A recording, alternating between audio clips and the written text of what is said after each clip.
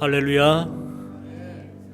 오늘 주신 말씀을 통해서 힘은 감출 때 능력이 됩니다 라는 제목으로 함께 말씀을 나누겠습니다. 여러분, 물고기 아시죠? 물고기는 잠을 잘 때도 눈을 감지 않는다고 합니다. 쉴 때도 죽어서도 눈을 감지 않는다고 합니다. 참 대단하지요. 제가 좋아하는 곤충 가운데에 이 잠자리가 있습니다. 왜 잠자리를 좋아하냐면, 여러분, 잠자리가 날아다니다가 나뭇가지에 앉으면 어떻게 있나요? 날개를 접고 쉴까요? 아니에요. 쉴 때 날개를 접지 아니하고 날개를 펴고 있습니다. 왜요? 언제든지 날아오를 수 있기 위해서 날개를 펴고 있는 것입니다. 물고기는 잘 때도 눈을 감지 않는다. 잠자리는 쉴 때도 날개를 접지 않는다.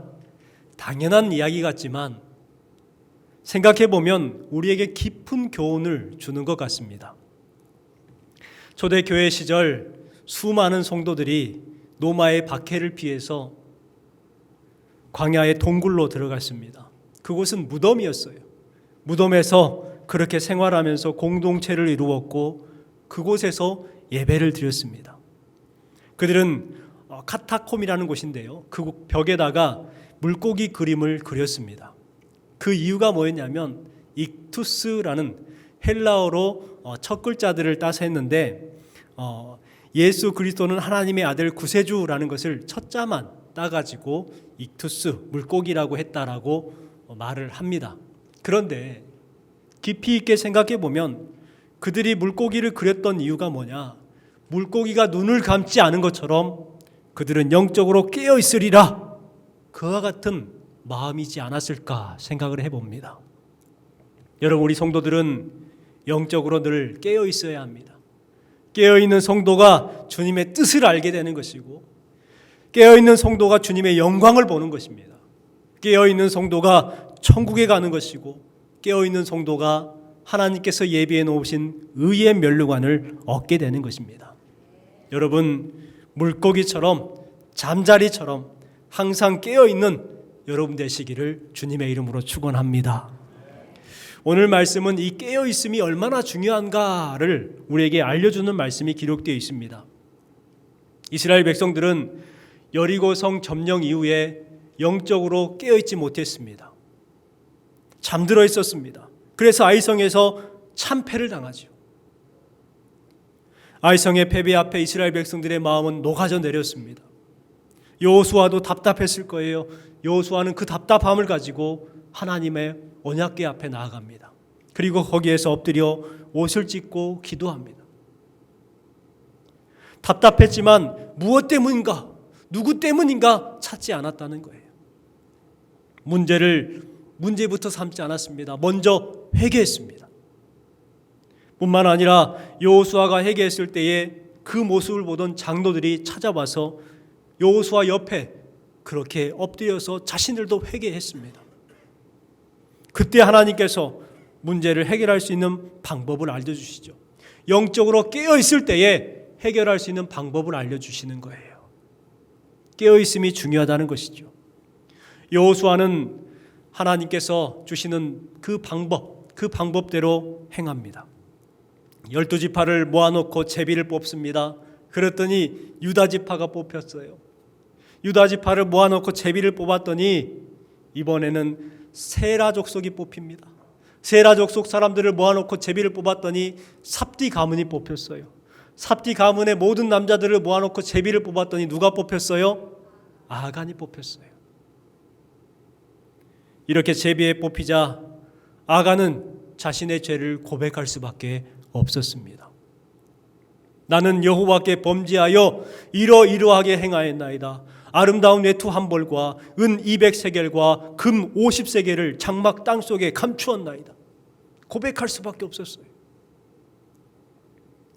죄를 감추려고 했던 아간은 결국 발각되었고 아골 골짜기에서 돌에 맞아 죽임을 당합니다. 두려운 것은 아간만 처형당한 것이 아니라 그의 아들들과 딸들과 그의 가축과 그의 모든 소유가 그 자리에서 함께 죽임을 당하고 불살라졌다는 거예요. 성경을 보면 이 아간 가정과 같은 가정들이 있었습니다. 대표적인 가정들로 보면 사울 왕의 가문이 그랬죠. 또 엘리 제사장의 가정이 그랬어요. 그리고 신약 성경의 아나니아와 삽비라의 가정도 그랬습니다. 이들의 가정들의 공통점이 뭡니까? 회개할 수 있는 기회가 있었지만 그 회개할 수 있는 기회를 선용하지 못하고 망했다는 거예요. 기회가 없어서 망한 것이 아니라 기회를 선용하지 못했기 때문에 망한 거예요. 신학자 토마스 애덤스는 이 말을 했습니다. 회개 외에 하나님의 심판을 막아줄 방패는 없다. 회개밖에 없다는 거예요. 회개하면 운명이 달라져요. 회개하면 그때 비로소 하나님의 역사가 나타나게 되는 줄 믿습니다. 삭개오를 보세요. 누가복음 19장 8절 말씀에 보면 삭개오가 자신의 죄를 고백합니다. 주님 앞에서 고백합니다. 주여 보시옵소서. 내 소유의 절반을 가난한 자들에게 주겠사오며 만일 이것을 토색한 일이 있으면 4배나 갚겠나이다. 자신의 죄를 자복하고 앞으로 이런 삶을 살겠습니다 고백을 해요. 그러니까 예수님께서 그 삭개오에게 뭐라고 하느냐? 오늘 구원이 이 집에 이르렀으니 이 집에 구원이 이르렀다는 거예요. 이 사람도 아브라함의 자손이미로다. 놀라운 말씀을 하셨어요. 여러분, 삭개오는 어떤 놈입니까? 천하의 나쁜 놈입니다. 천하의 나쁜 놈. 세리장 삭개오 아니에요. 그런데 그가 회개를 했을 때에 구원을 받았고 천하의 의인이 된 거예요.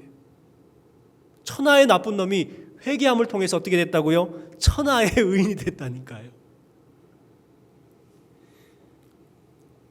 이스라엘 백성들은 아간을 죽이고 나서 그 곳에서 아골골짜기에다가 돌무더기를 크게 쌓았어요.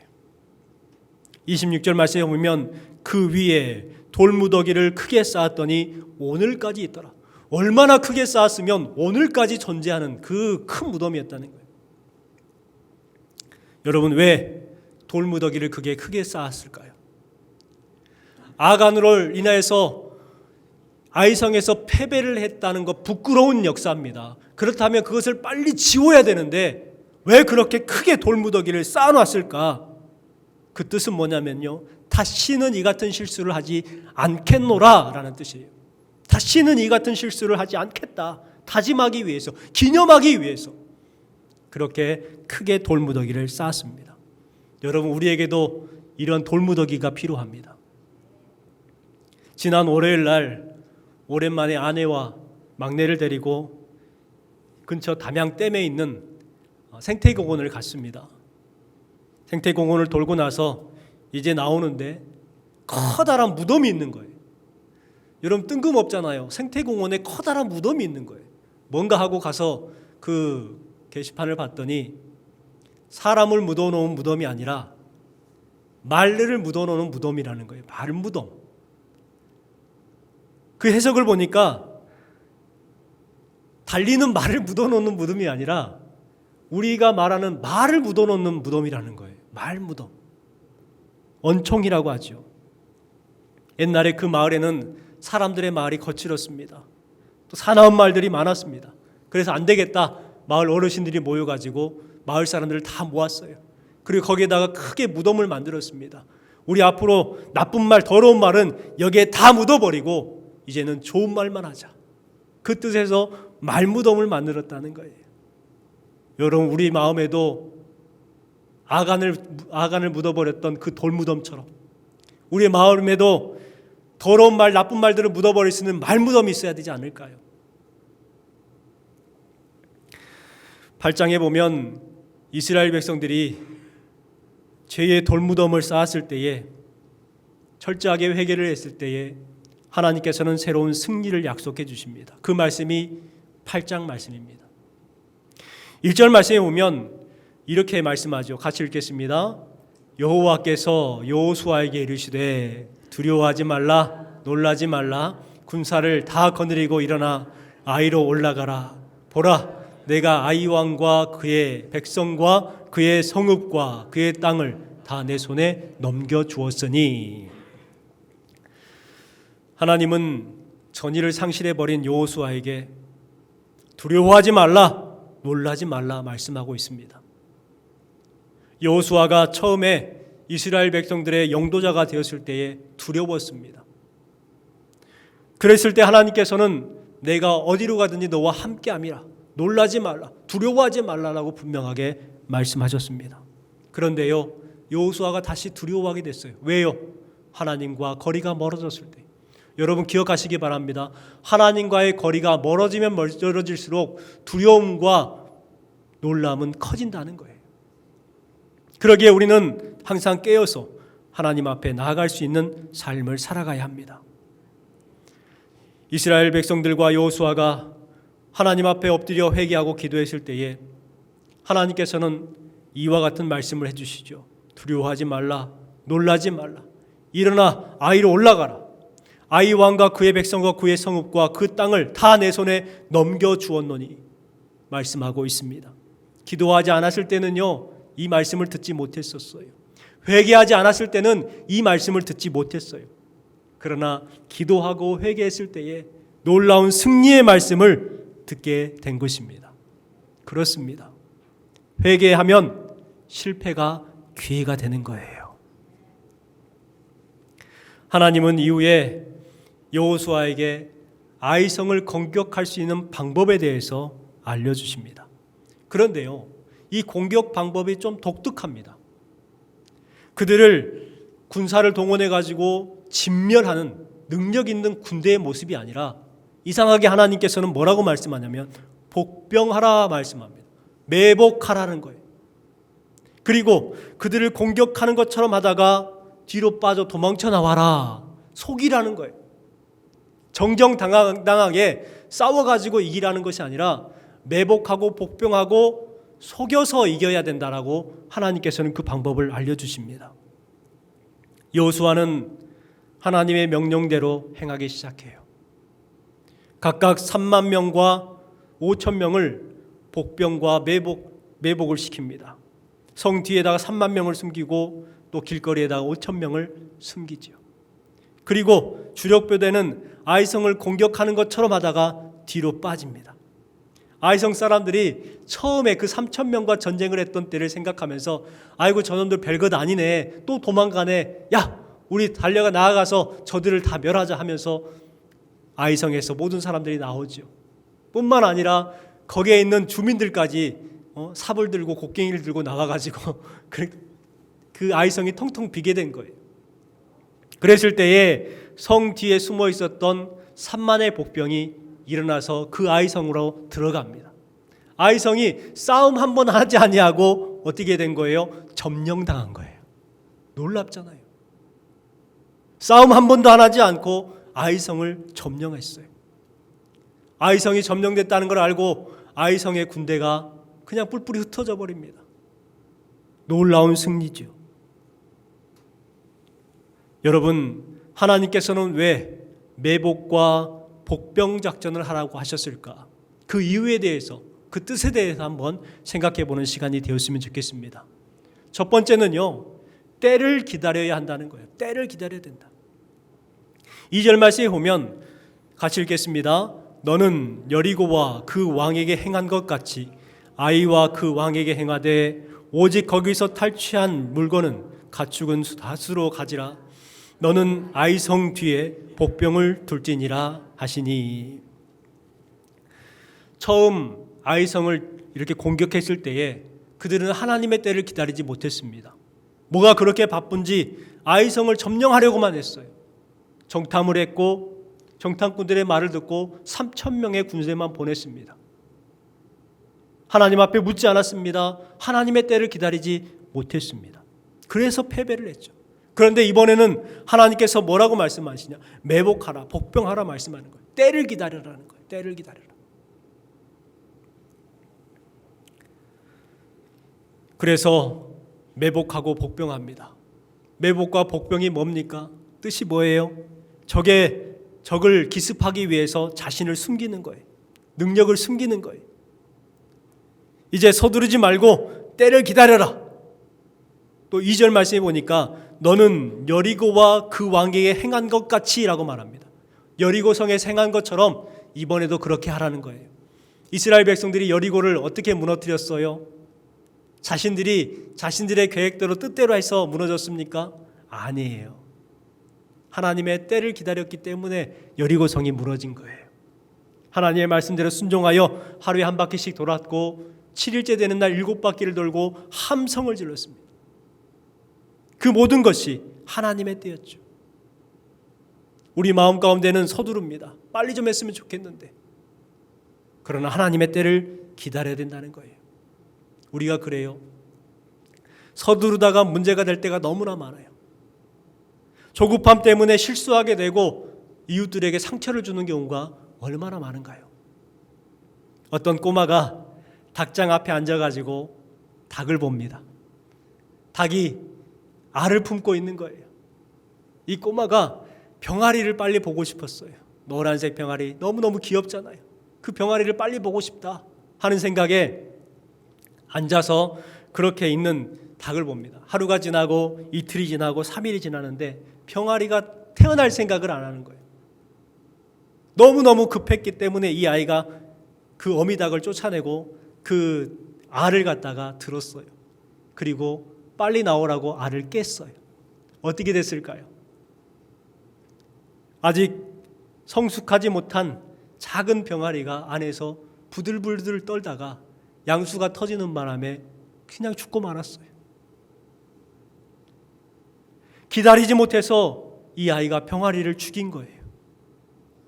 꼬마는 죄책감과 안타까움 때문에 눈물을 흘렸습니다. 여러분, 이 이야기를 통해서 기다림이 얼마나 중요한가를 우리에게 생각하게 하죠. 기다리지 못했기 때문에 우리도 저 꼬마와 같은 실수를 범하고 아픔을 경험할 때가 얼마나 많은가요? 성경을 보면 하나님은 서두르지 않는 분이라는 것을 알 수가 있습니다. 서두르지 않으시고 우리에게 가장 좋은 것을 주시고 가장 좋은 방법을 주시고 가장 좋은 때에 하나님께서는 우리에게 은혜를 베푸신다는 것을 기억하시기 바랍니다. 이게 세 가지 베스트예요. 세 가지 베스트. 가장 좋은 것, 가장 좋은 길, 가장 좋은 때 하나님께서는 응답하신다는 것입니다. 여러분, 하나님의 섭리를 기억하시고 영적으로 깨어 기다릴 줄 아는 거룩한 성도가 되시기를 주님의 이름으로 축원합니다. 또한 최선을 다해야 한다는 것을 우리에게 말씀하고 있습니다. 우리 3절 4절 말씀 같이 읽어볼게요. 이에 여호수아가 일어나서 군사와 함께 아이로 올라가려 하여 용사 3만 명을 뽑아 밤에 보내매 그들에게 명령하여 이르되 너희는 성읍 뒤로 가서 성읍을 향하여 매복하되 그 성읍에서 너무 멀리하지 말고 다 스스로 준비하라. 아멘. 주신 말씀 1절에 보면요, 군사를 다 거느리고 일어나 아이성으로 올라가라 라고 기록이 되어 있어요. 다 60만 대군을 다 3천 명만 보내면 된다 이런 생각을 버리고 다 올라가라는 거예요. 또한 2절부터 4절까지 말씀에 보면 아이성 뒤에 성 뒤에 복병을 두고 또 용사 3만 명을 뽑아 매복하고 4절 하반절에 보니까 또 다 스스로 준비하라 이렇게 말씀하고 있어요. 이 말은 뭐냐면 전군 출정하라라는 거예요. 너는 빠지고 너는 쉬고 이게 아니라 모든 군대를 다 하라는 거예요. 최선을 다하라는 것이요. 열정을 가지고 싸우라는 거예요. 작다고 대충 하지 말고 최선을 다해 싸우라는 거예요. 여러분, 우리도 최선을 다해야 합니다. 미지근하고 소심하고 적당히 하려고 하면 결코 승리를 할 수가 없는 거예요. 적당히 사는 것이 아니라 최선을 다해서 우리는 살아야 하는 것이죠. 카릴 지브란의 시 가운데에 절반의 생이라는 시가 있습니다. 이 절반의 시를 한번 읽어볼까요? 같이 읽겠습니다. 절반만 사랑하는 사람을 사랑하지 말라. 절반만 친구인 사람과 벗하지 말라. 절반의 물은 목마름을 해결하지 못하고 절반의 식사는 배고픔을 충족시키지 못한다. 절반만 간 길은 어디에도 이르지 못하며 절반의 생각은 어떤 결과도 만들지 못한다. 여러분, 이 시에서 느껴지는 것 없으세요? 우리는 이 칼일 지브란이 말한 것처럼 절반만 하려고 해요. 최선을 다하려고 하지 않아요. 그런 삶을 살기에 온전하게 성공하지 못하는 것 아닐까요? 깊은 숲속에 호랑이가 살고 있었어요. 그 호랑이는 발톱이 날카로웠고 포악했습니다. 달리기를 무척 잘했어요. 숲속의 모든 동물들이 그 호랑이를 보면 벌벌 떨었어요. 숲속의 동물들이 어떻게 하면 호랑이를 몰아낼 수 있을까 궁리를 하다가 여우가 꾀를 냈습니다. 호랑이 굴 앞에 매일 먹을 것을 갖다 두자. 그러면 우리를 괴롭히지 않을 거야 생각을 한 거예요.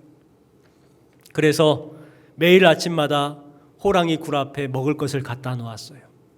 호랑이는 그것을 보면서 만족하여 먹었습니다. 매일 먹고 그렇게 놓은 거예요. 하루 이틀 먹고 한 달, 두 달을 먹다 보니까 호랑이가 어떻게 되냐면 점점 살이 찌더니 비만이 된 거예요. 그리고 나서 다른 동물들이 이제 먹을 것을 갖다 주지 않습니다. 그러니까 호랑이가 먹을 것을 잡기 위해서 달려야 되는데 너무 비만하니까 달리지를 못하는 거예요. 결국 어떻게 됐을까요? 날카로웠던 발톱은 다 무뎌져 버리고 빨랐던 다리는 다 굳어버리고 결국 호랑이는 굶어 죽고 말았다는 거예요. 여러분, 신앙생활에도 열정이 필요합니다. 성경 말씀에 분명 말씀하잖아요. 부지런하여 게으르지 말고 열심을 품고 주를 섬기라. 열심을 품으라는 거예요. 여러분, 주신 말씀을 기억하고 최선을 다해서 각자에게 주어진 아이성을 점령하기 위해서 최선을 다하시는 여러분 되시기를 주님의 이름으로 축원합니다. 마지막으로는요, 드러내지 말고 감추어야 한다는 거예요. 5절부터 6절까지 말씀을 같이 한번 읽어보겠습니다. 나와 나를 따르는 모든 백성은 다 성읍으로 가까이 가리니 그들이 처음과 같이 우리에게로 쳐 올라올 것이라. 그리할 때에 우리가 그들 앞에서 도망하면 그들이 나와서 우리를 추격하며 이르기를 그들이 처음과 같이 우리 앞에서 도망한다 하고 우리의 유인을 받아 그 성읍에서 멀리 떠날 것이라. 우리가 그들 앞에서 도망하거든 너희는 매복한 곳에서 일어나 그 성읍을 점령하라. 너희 하나님 여호와께서 그 성읍을 너희 손에 주시리라. 아멘. 매복은 적에게 힘을 감추는 것입니다. 힘을 숨기는 거예요. 이런 말을 있습니다. 가진 것이 많으면 감추려고 하고 가진 것이 없으면 보이려고 한다. 맞잖아요. 사람들이 그래요. 가진 것이 많으면 감추려고 합니다. 그런데요, 가진 것이 적으면 없으면 보이려고 한다는 거예요. 진짜 명품은 로고를 감춥니다. 로고가 없어요. 그런데 대중적인 명품은 상표를 크게 만들죠. 그래서 크게 보이게 만듭니다. 그래요. 사람들은 자꾸 자기 것을 자랑하고 싶어 합니다. 그런데 진짜 있는 사람들은 감추려고 하죠. 여러분, 내 힘과 내 실력과 내 능력을 과시하는 것을요, 우리는 자랑하고 싶어요. 그러나 그 자랑 덕분에 좋아지는 경우는 많지 않아요. 오히려 해가 될 때가 많죠. 어떤 젊은 목사님이 큰 예배당에서 설교할 기회를 얻었습니다. 기쁘고 스스로 장하다는 생각이 들었어요. 아, 내가 이 정도로 능력이 있고 거기에서 오라고 할 정도의 내가 설교를 잘하는구나. 그런 마음을 가지고 강단의 상에 올라갔어요. 그리고 설교를 합니다. 설교를 하니까 성도들의 반응이 좋은 거예요. 아멘, 아멘 하는 거예요. 목사님이 스스로 설교하면 생각합니다. 그러면 그렇지, 내가 설교를 잘한다니까. 그리고 나서 설교 시간에 자기 자랑을 했습니다. 그런데 성도들의 표정이 점점 어두워지는 거예요. 그래서 아차 싶어가지고 다시 본문으로 돌아가서 설교를 하려고 하는데 준비했던 설교가 생각이 안 나는 거예요. 그래서 순간 말이 어눌해지고 우물쭈물하다가 설교도 아닌 설교를 하게 됐다고 그럽니다. 그리고 부끄러운 얼굴로 그렇게 강대상에서 내려왔어요. 설교를 마치고 나서, 예배를 마치고 나서 이제 목사님과 만나서 이야기를 하는데 목사님이 이런 말을 했습니다. 목사님, 겸손한 마음으로 강대상에 올라갔더라면 내려오실 때에 기쁨으로 내려올 수 있었을 텐데 아쉽습니다. 겸손함으로 올라갔더라면 기쁨으로 내려올 수 있었을 텐데 교만으로 올라갔기 때문에 부끄러움으로 내려오게 됐다는 거예요. 드러내는 것보다 감추어진 비범함이 진짜예요. 나무를 생각해 보십시오. 나무의 생명이 어디에 있습니까? 푸릇푸릇한 이파리에 나무의 생명이 있습니까? 아니에요. 감추어진 뿌리에 생명이 있는 거예요. 매복은요, 힘이 배가 됩니다. 적군에게 드러난 병력 5만은 5천 정도에 밖에 힘을 쓰지 못해요. 하지만 적들에게 감추어진 5천은 5만 명의 능력을 갖게 되는 것이죠. 이것이 바로 매복의 능력이에요. 다윗을 생각해 보십시오. 매복의 힘을 알았던 사람입니다. 가족들도 자신의 능력을 몰랐어요. 하지만 골리앗 앞에 갔을 때 그가 어떻게 됩니까? 물맷돌을 돌려서 그를 맞추었고 골리앗을 쓰러뜨리잖아요. 이게 바로 다윗의 비범함이에요. 다윗이 만약에 그 물맷돌 잘한다고 이기 자랑하고 저기 자랑하고 다녔다고 생각해 보세요. 그러면 골리앗이 다윗이 가까이 오는 것을 놔뒀을까요? 방어를 했겠죠. 하지만 감추어져 있었어요. 감추어져 있었기 때문에 그 큰 골리앗을 쓰러뜨릴 수가 있었던 거예요. 더더군다나 다윗의 호주머니에는 물맷돌이 4개나 더 있었습니다. 앞으로 4번 더 승리할 수가 있다는 것이죠. 여러분, 오늘 주신 말씀을 기억하시고 매복의 힘을 기억하시기 바랍니다. 저를 한번 따라서 해볼까요? 매복이 능력입니다. 매복이 능력입니다. 이것을 기억하시고 삶을 살아가면서 주님 앞에 온전한 승리를 경험하는 여러분 되시기를 주님의 이름으로 축원합니다.